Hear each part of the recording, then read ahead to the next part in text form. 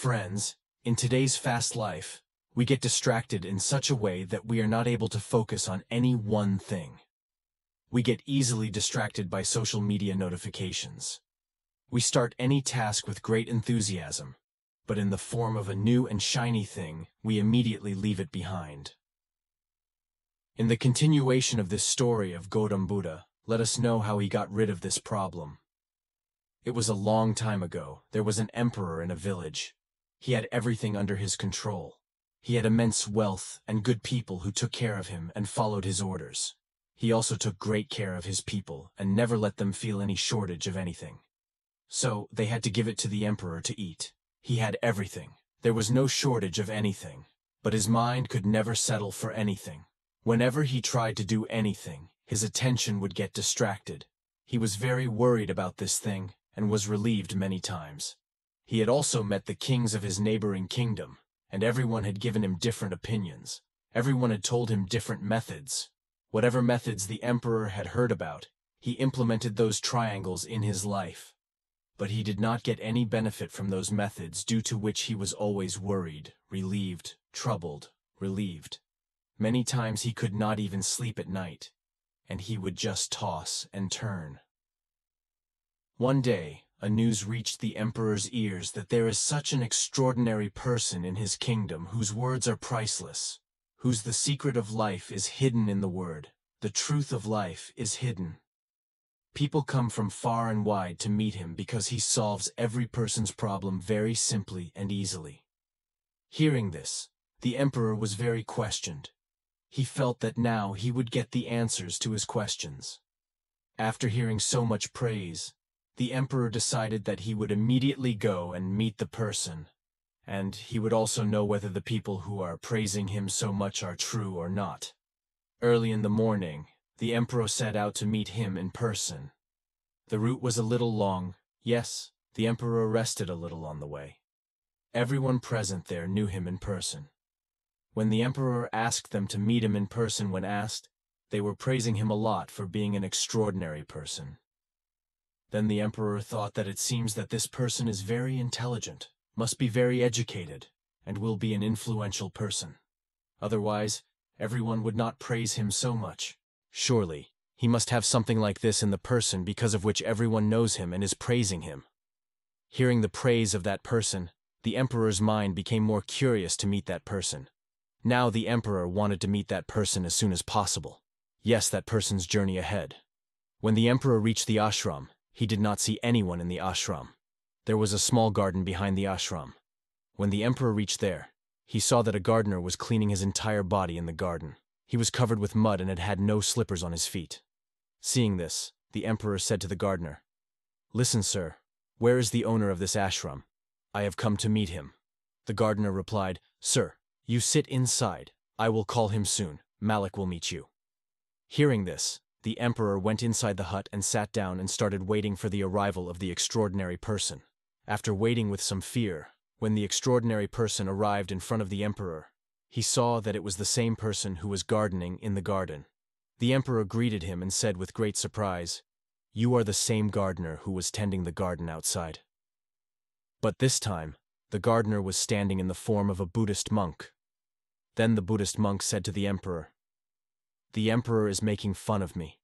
Sorry, I was just doing a little work in the garden. I am the gardener here, and I am the extraordinary person whom you have come all this way to meet. Please tell me the reason for your coming." On this, the emperor says to those Buddhist monks, "Maharaj, I have heard that there is no person like you in this entire state. I have heard your praises. I have heard many good things about you. I have also heard that whoever comes to you with his problem, you definitely solve his problem.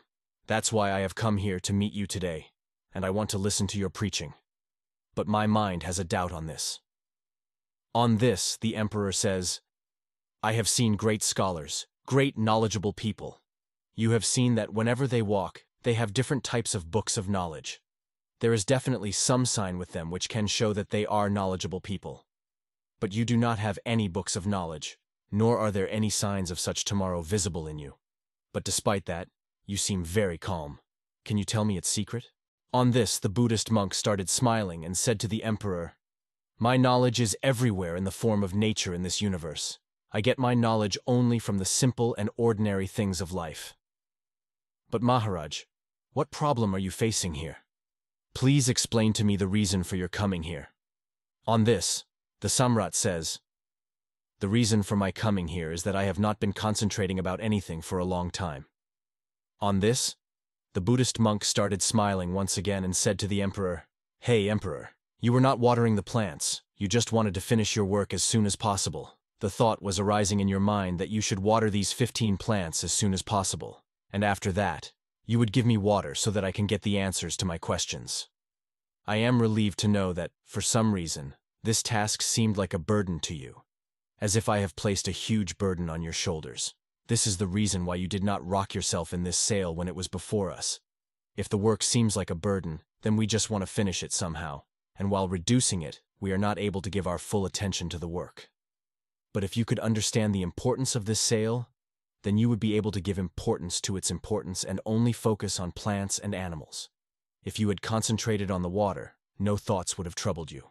On this, the emperor said, "Yes, Maharaj, I understand what you are saying, that I wanted to finish this work as soon as possible and meet you. Sir, my mind is perfect in this work, could not sing properly. But this is a sail in which we are living. It is very difficult to stay in the sail. Do I have to do any penance for this?" On this, the Buddhist monk started smiling once again and said to the emperor, "Yes, search for a calm mind. You are doing that. A calm mind is already present. She is already within you. For this, you do not even need to know the story, nor do you need to know the story. In a calm place, if there is anything necessary for this, then she is. Therefore, learn to pay attention to your breath. Try to see and understand how you are inhaling and exhaling. Then you will understand that your calm mind is made only with the breath. After that, if you want, you can pay attention to your breath, even while doing any work. When you are reading a story, running a story, or doing any such work, then you should pay attention to your breath. Hence, whenever you want to start any work, before doing it, pay full attention to yourself. Concentrate on your breathing. And then, if you want, you can concentrate on your breathing even during your work. And this meditation of breathing will be converted into the meditation of your work. And whatever difficulties are arising in this task, you will entangle this completely. No matter what adverse circumstances come your way, you will continue to complete the task with full dedication and determination. Friends, I hope that you have definitely learned something from today's video. Thank you for joining me on this journey of embracing simplicity and finding the true essence of life. Make sure to hit that subscribe button and stay tuned for more thought-provoking content.